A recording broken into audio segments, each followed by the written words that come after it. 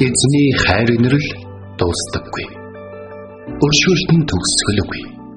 Өглөө бүр ингэн цоо шиг. Таны итгэлт байдал юутай аваагаавэ. Хермоны шүүдэр өглөөний хөтөлбөр эхэлж байна.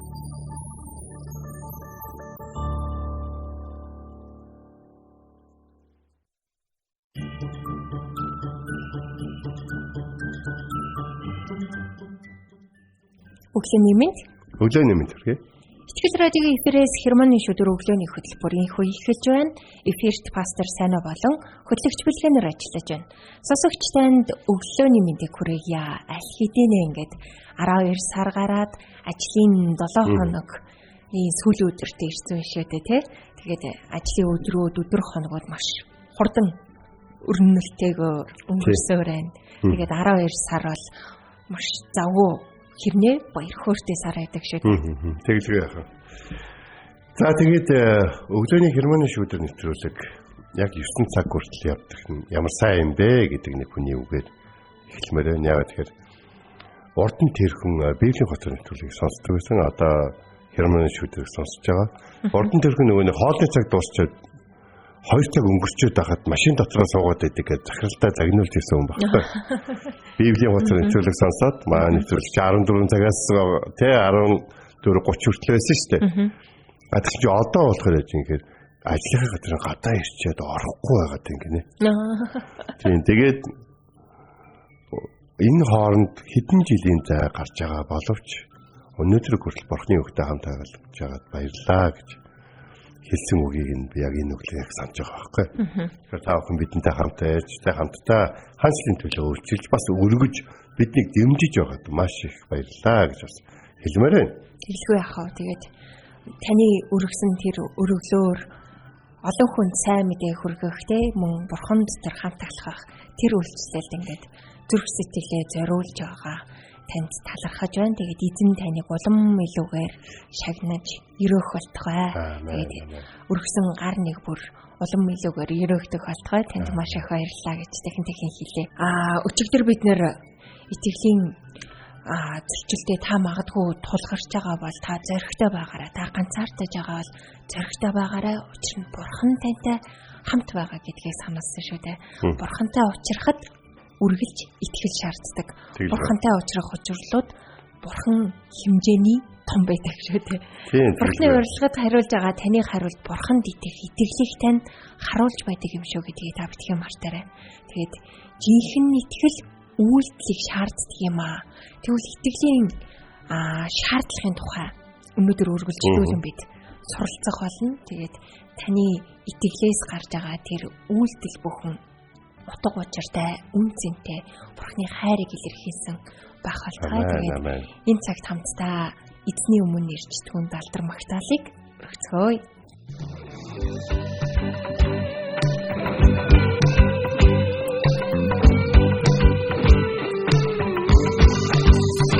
Захватай хамтдаа алхах миний сэтгэлээ их хэцүү магт Never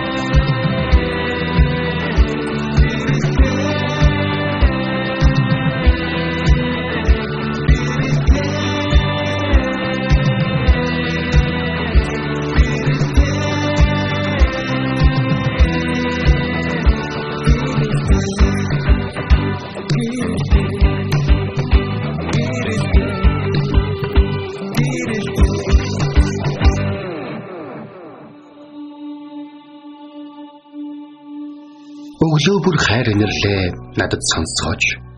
Танд л би итгэдэг үлээ. Явах замыг минь надад зааж өгөөч. Танд л би сэтгэлээ өргөн байна. Дуулал 143-ийн 8.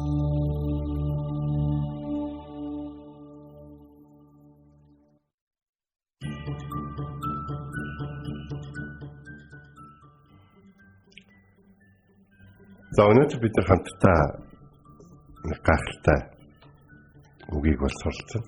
За тэр бол итгэлийн шаардлага гэсэн сэдвийн доор 2-р Коринтын 5:7-ыг сарна гэж.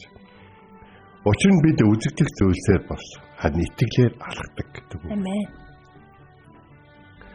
Тэгэхээр үзэгдэх зүйлсээр бид амьдэрдэггүй гэж. Тэ? Бид их муу нүдтэй гэдгийг бол мэднэ. За одоо юу гэдгийг те би чам буруу ойлгочээ, буруу харчээ, те чи харж байгаас хүчтэй байна. Эсвэл бүр эсрэгээр те би чам хүчтэй гэж буруу харжээ. Би чам ухаантай гэж буруу харжээ гэдэг ингээ сайнаасаа муу руу эсвэл муугаасаа сайн руу буруу харсан байх тохиолдол маш их гардаг байдаг. Тэгээд ер нь бол бидний хараа гэдэг бол ер нь цагаа ирэхээр бол мууддаг зүйл те одоо шинэ бид нар Исаакийг мэдэн штэ те хоёр хүүгээ тийм ойрхон зайнаас те хоол өөрт нь авчираад өөрийнх нь өдөр тонгоох хэмжээд ойрхон ирчээд байхад танихаа байж байгаа шүү дээ. Тэр чинь бүр цагтаа харваач бүр анчин хүм байсан байгаа байхгүй юу? Тэгэхээр бүгдээрээ энийг бодоод өгчих хэрэгтэй. Бурхны өн зүгээр л залбир. Бурхан минь ээ хараа мутаа миний нүдийг нээж өгч байгаарай. Бурхан минь ээ юмыг буруу зүрээр харахаас намайг хамгаалж өгч байгаарай те. Зөв зүйлээ олж харахгүй байхаас намайг хамгаалж өгөөрэй гэдэг ч юм уу. Энэ бол бидний залбирлын маш чухал зүйл байгаа. Учир нь бид үзэгдэх зүйлсээр бас харин Бурханд итгэлээр алхдаг ба. Бурхан өөрийгөө таниулахын тулд өөрийн зорилгоодыг хэрэгжүүлэхийн тулд өөрийнхөө арга замуудаар явуулахыг бэлтгэхийн тулд биднээс итгэл шаарддаг тухай бид суралцж байна. Итгээрэй те. Ингээд юм. Тэр хүн ингэж хэлээд байгаа бол бид нэг өдрөл тесрэх баг те. Ядаргаатай яаж ч байгаа итгэж байгаа харагдахгүй байх уу гэд шууд уурлах байгаа. Би бол тэгж магадгүй хүн багхгүй. Сайнахаа надад итгээрэй гэдэг ч юм уу те. Надад итгээрэй, надад сайнаа найстай итгээрэй гэдэг ч юм уу. Дахин тэгээд юм. Гэхдээ би яаж ч байгаа юм бэ? Би итгэж л агаас чамд гээд ингээд бухимдаж магадгүй. Харин Бурхан надад итгээрэй. Тэ? Би чамайг болоор хатлуулна, гал дундуур авч явна. Би чамайг ихэн хөвлөд бүрдүүл, би чамайг одоо тэ хөхүүл их хүүхдээ мартах тохиолдол гардаг боловч би бол чамайг хизээч мартахгүй. Би чамайг одоо нялх няраа байхаар чи өссөн буурал хүртэл чамайг авч явна. Харин чи надад итгээрэй гэж Бурхан бол хэлж байна. Библийг ингээд унших юм бол итгээрэй гэсэн үг бол маш их байгаа. Яад итгэх юм бол, Бурханд итгэх юм бол, Есүст итгэх юм бол одоо энэ итгэлтэй холбоотой маш их зүйлүүд байгаа. Тийм учраас тэр нь биднийг бас нэг талаар бидэрт итгэхгүйдээ дахин яриад байгаа гэхээсээ илүү итгэхгүй байгаа гэдгийг маань нэгдүгээр сануулад байгаа. Тэ? Есүс Петртэй уулзч хатдаг байх. Иохны хүү манай чи надаа энэ хүмүүс намайг хайрладаг байхгүй юу? Харин чи намайг хайрладаг уу гэж асуусан байхгүй. Эхлээд Есүс гэж асуусан чи надад хайртай юу? Энэ хүмүүс шиг гэж асуугааг байхгүй. Энэ хүмүүс намайг хайрладаг. Харин чи намайг хайрладаг уу? Тэнгуут танд хайртайг нь та мэдэн штэ гэж бол хэлж байгаа. Гэхдээ тэнгуут Иохны хүү манай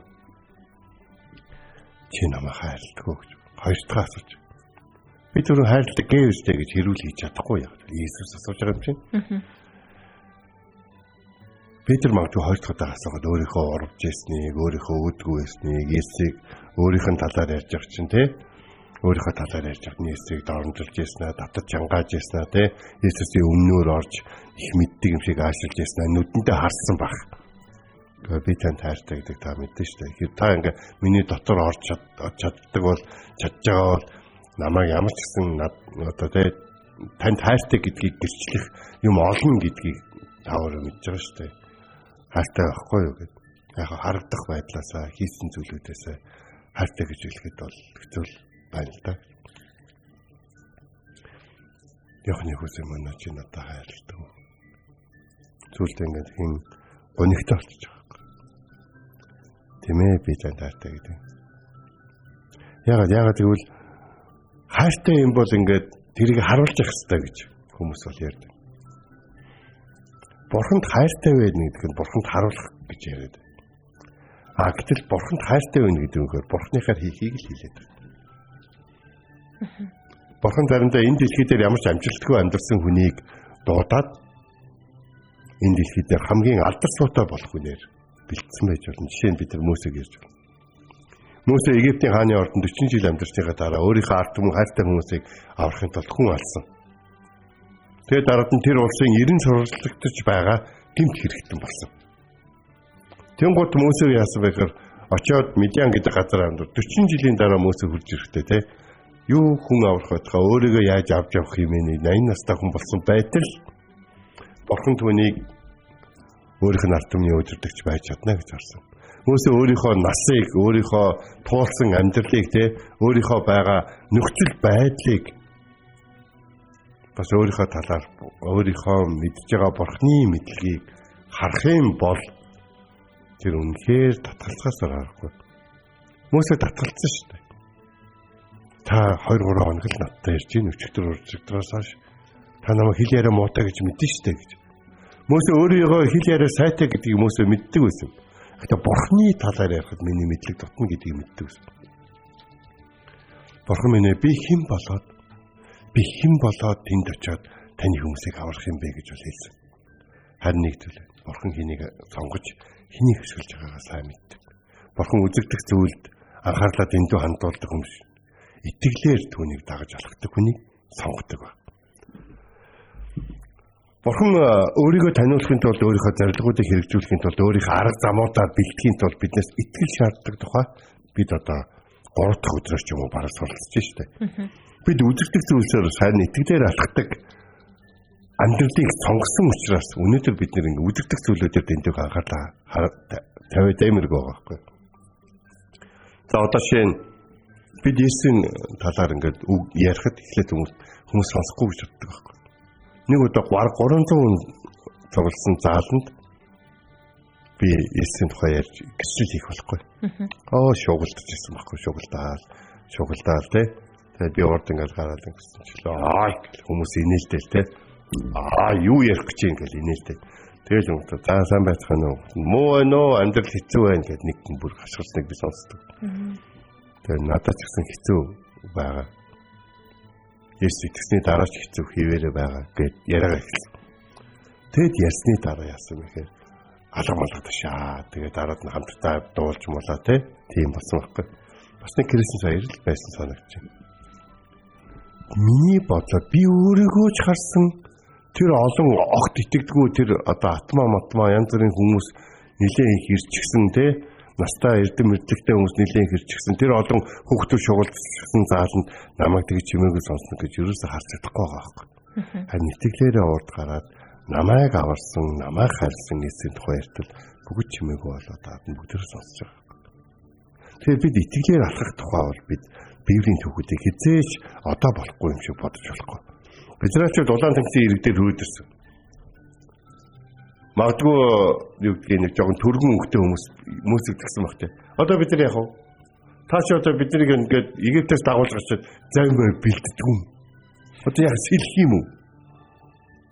Яах гэдэг та бид нарыг ингээд Египтэд оршуулгын газар дутагдаад ахаар бид нарыг цүлд ингээд тий оршуулах гэж дагуулж гарсан юм уу тий? Зэрэгэд ингээд агтл Мөсө дараад нь бурханд итгэсэн учраас бурхан улаан тэнгисийг хоёр ярьсан. Дараад нь Йошуагийн үед бас Йордан голыг яраад Израильчууд амлсан газар орсон байхгүй. Гэхдээ энэ хоёр түүхийн дараа надад хамгийн санагддаг зүйл бол Илия, Илиша хоёрын түүхэд байхгүй.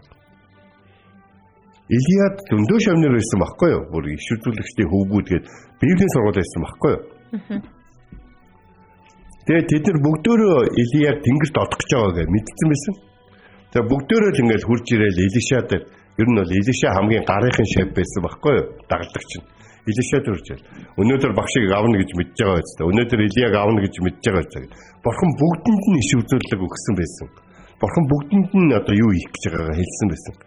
Тэгээд тэд нар тэр Бурханы хэлсэн зүйлийг зөвхөн өөрт нь хэлсэн юм шиг Илишад бардамжсан. Мэдж байгаа дуугүй бай гэж.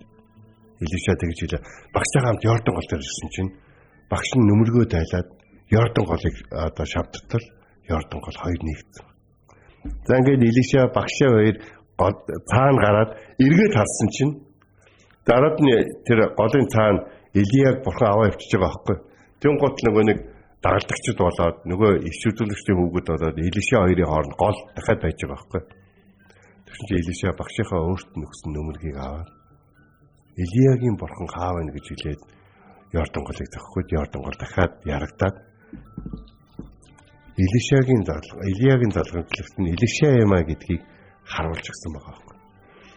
Бүх хүн бурхны үгийг сонсдог боловч зөвхөн итгэлээрээ алхдаг хүмүүс л харагдахгүй байгаа тэр биелэх боломжтой зүйлийг амьдралдаа амссан байдаг байхгүй.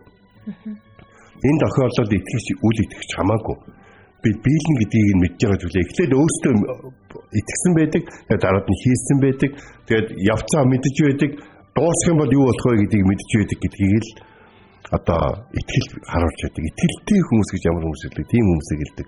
Яг нь Мөсегийн үед бол Египтчүүд бол Йошуагийн үед Египтчүүд олон пирамид барьж сүм дугуй яахаа мэддэг байсан, болцлохоо мэддэг байсан ч гэсэн тэд нар яаж бурхны үзүүлээд байгаа тэр үлсгэлэнг давж гарах вэ гэдгийг мэдэхгүй л байсан байхгүй.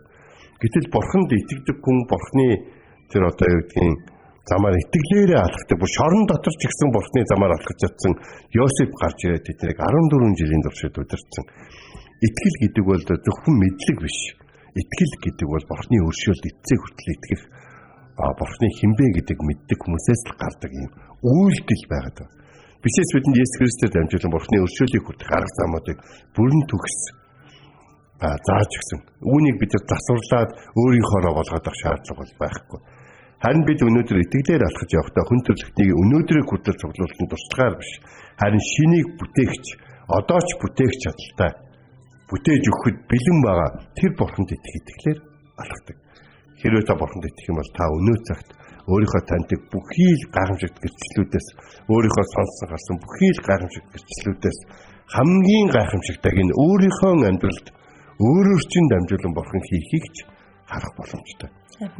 Харин өнөөдөр тань тохиолдож байгаа бэрхшээл саадууд мэдээж харагдж байгаа, мэдрэгдэж байгаа, бодтой байгаа, сонсогдож байгаа тэр бэрхшээл саадуудын хувьд нэг зүйл хэлгээд магадгүй та тэр зүйлүүд дээр өөр зүйлүүдээр анхаарлаа хандуулахад тэд нэр аяндаа шийдэгдэх байж магадгүй.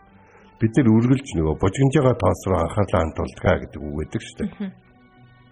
Тэгэхээр нэг зүйлийг бүгдээрээ мэдж байгаарай.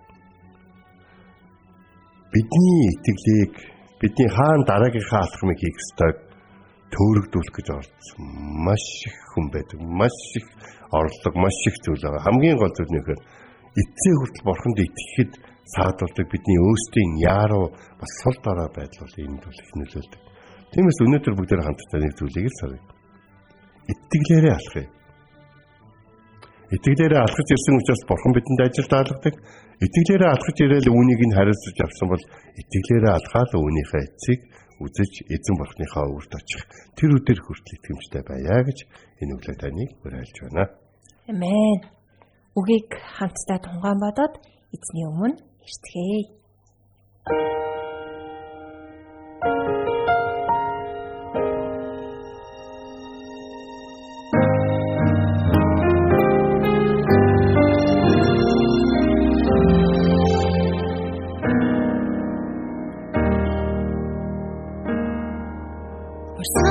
Сурсан ундрах мэд таны Швед таны хүлээн байна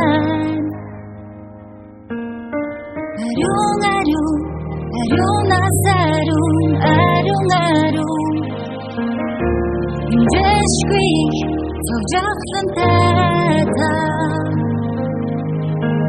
Зүрх сэтгэлдээ би Таныг нандинан зөвхөн таныг үгэж таныг хадах юм Таньгээр би хачах вэ Зөвхөн намдэрлиг минь танад дутсан Таньгээр би хачах вэ Самнадад үгэмэд явах өдрүүдийг минь та тогтоосон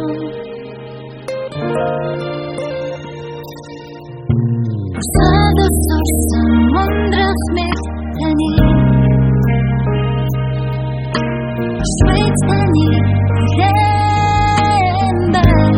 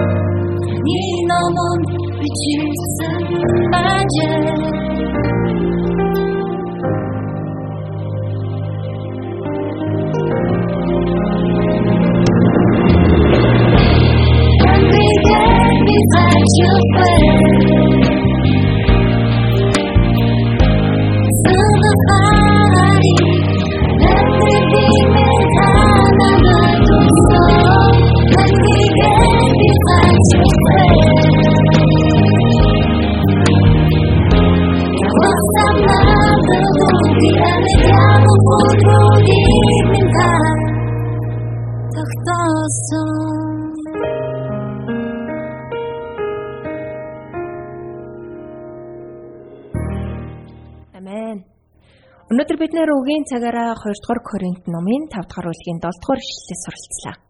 Учир нь бид үзэгдэх зүйлсээр бус харин итгэлээр алхдаг. Итгэл гэдэг бол Бурхны амласан зүйл биелнэ гэдэгт найдах явдал юм. Харин үзэгдэж байгаа зүйлс бол итгэлийн эсрэг зүйл байдаг тухай үгийн цагаараа бид нар суралцлаа шүү дээ. Тэгэхээр таны итгэл ямар нэг төсөөлөл юм уу санаан дээр тулгуурлаж болохгүй байх нэ. Итгэл зөвхөн Бурханд төвлөрсөн байх ёстой. Тэгэхээр дэлхийн хамгийн чимээгүй газар очсон ч яг үндэ дэлхийн эргэх чимээ гэдэг нь өөрөө асар нүсэр чимээ байдаг юм л та. Тэгээд нэг юм радиогийн одоо юм радиатор хэрэглэдэг нэг ярьсан байд. Тэгэхээр бид нэг зүйлийг бод. Бид л чимээгүй гэж бодож иж болно. Бид нар л юу ч харагдахгүй байх гэж бодож иж болно. Харин үүндээ Бурхан маш тод ярьж одоо бидний харагдж байгаа зүйл үүндээ харин бүр эсрэгээр юу ч биш хуурмаг зүйл байж магадгүй. Тийм болохоор бүгдээрээ үзэгдэх зүйлс биш харин Бурханы хэлсэн зүйлд итгэлээрээ алхдаг тийм амьдрал дээр анхаарлаа хандуул. Одоо та бүхний төлөө залбирч өгнө. Одоо та бүхэн ч гэсэн хүмүүсийн төлөө залбирч өгөөрэй. Итгэлээр алхахын төлөө ерөөж өгөөрэй, урамшуулж өгөөрэй. Хэрэгтэй үед нь үгээр болон бас хэрэгтэй зүйлээр нь та хангаж өгөөрэй. Тэгээд итгэлээрээ зөв явж байгаа гэдгээ тэдгээр хүмүүс мэдэж эцэн тал дээрийг өргөх болтугай. Хамт залбирая. Орчлын ертөнцийг бүтээсэн одоо ч гэсэн гайхамшигыг одоо ч гэсэн бидний амьдрал олон зүйлийг бүтээсээр байгаа Есүс Христийг бидний төлөө загалмай дээр өгч гайхамшигтай хайраа харуулсан Бурхан эцэг минь танд хандан залбирч байна. Германы шүүдэр нэвтрүүлгийг сонсож байгаа хүмүүсийг байгаа газарт нь тавьж өргөж өгөөч. Байгаа газарт нь шаардлагатай байгаа итгэлийн алхамдаа хийхтэн татгалзуулж өгөөч. Юу ч харагдахгүй байсан тэр бод хамгийн ойр дотныхын хүмүүс хамгийн чухал өөрийнх нь үнцэн өгдөг орчин нөхцөл боловсрол одоо юу гэдгийг бүх зүйл нь өөрсдийнх нь эсрэг байсан ч гэсэн юу ч харагдахгүй мэт байсан ч гэсэн итгэлээрээ таны зүг алхахад тусалж өгөөч гэж тайлбар. Та хамт байж өгөөч гэж тайлбарч байна. Таны итгэлийн хүмүүс бүгдөө л баг юу ч харагдахгүй нөхцөл байдал байсан боловч тэд анхны алхмаа хийх болгонд таваараа хайр инэрлээрээ хучин тэднийг агуу хүмүүс болгосон байл. Үнэн дээр энэ дэлхий дээр агуу хүн гэж байхгүй. Бидний сул дорой гэдгийг та мэднэ. Бид өөрсдийнхөө өчүүхэн амжилтанд төсөөл өчүүхэн цуглуулсан зүйлтэй биш. Харин таны бэлдсэн зүйлд харин таны хүч чадалд итгэхэд туслаач. Есүс Христийн нэрээр залбирэн гуйлаа. Амен. Энд хүрээд Хермоны шүдэр өглөөний хөтөлбөр өндөрлөж байна. Бидэнтэй хамт байсан сонсогч танд баярлалаа. Амралтын өдрүүдээ эзний хайр ивэлээр дүр өнгөрүүлээрэй. Эзэн таныг харж хандах болтугай.